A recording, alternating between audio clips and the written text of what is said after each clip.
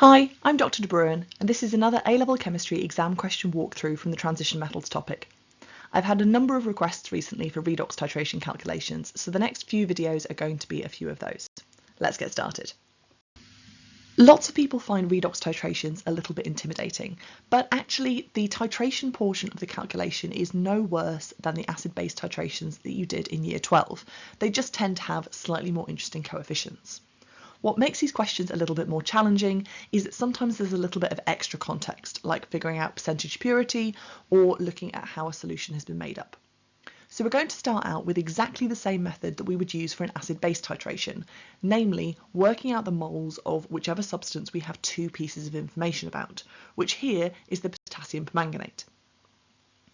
So my moles of potassium permanganate can be found by multiplying together the concentration and the volume, making sure of course that I convert that volume to centimetres cubed before I do so.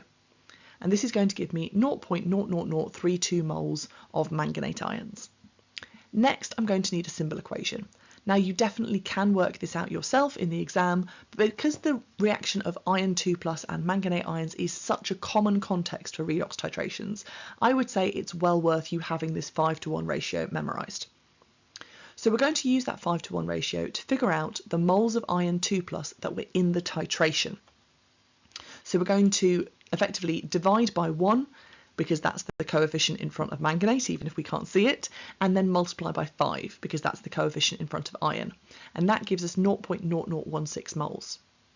Now it's crucial at this stage that you remember that those are the moles that took place in the titration.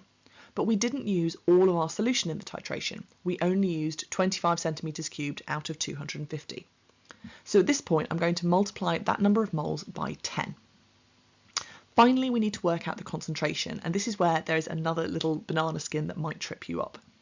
So although we had 250 centimetres cubed of solution at one point after we'd added some sulfuric acid and topped it up to 250, we started out with 25, and so that's the number that I need to be using in my calculation. So I'm going to take this 0.016 moles and I'm going to divide that by 0.025 to give me a concentration of 0.64 moles per decimetre cubed. Thank you very much for watching, and I hope you found that a useful run through of this redox titration. If you did, then don't forget to like, subscribe, comment and share the channel, and I'll be back soon with some more A-level chemistry calculations.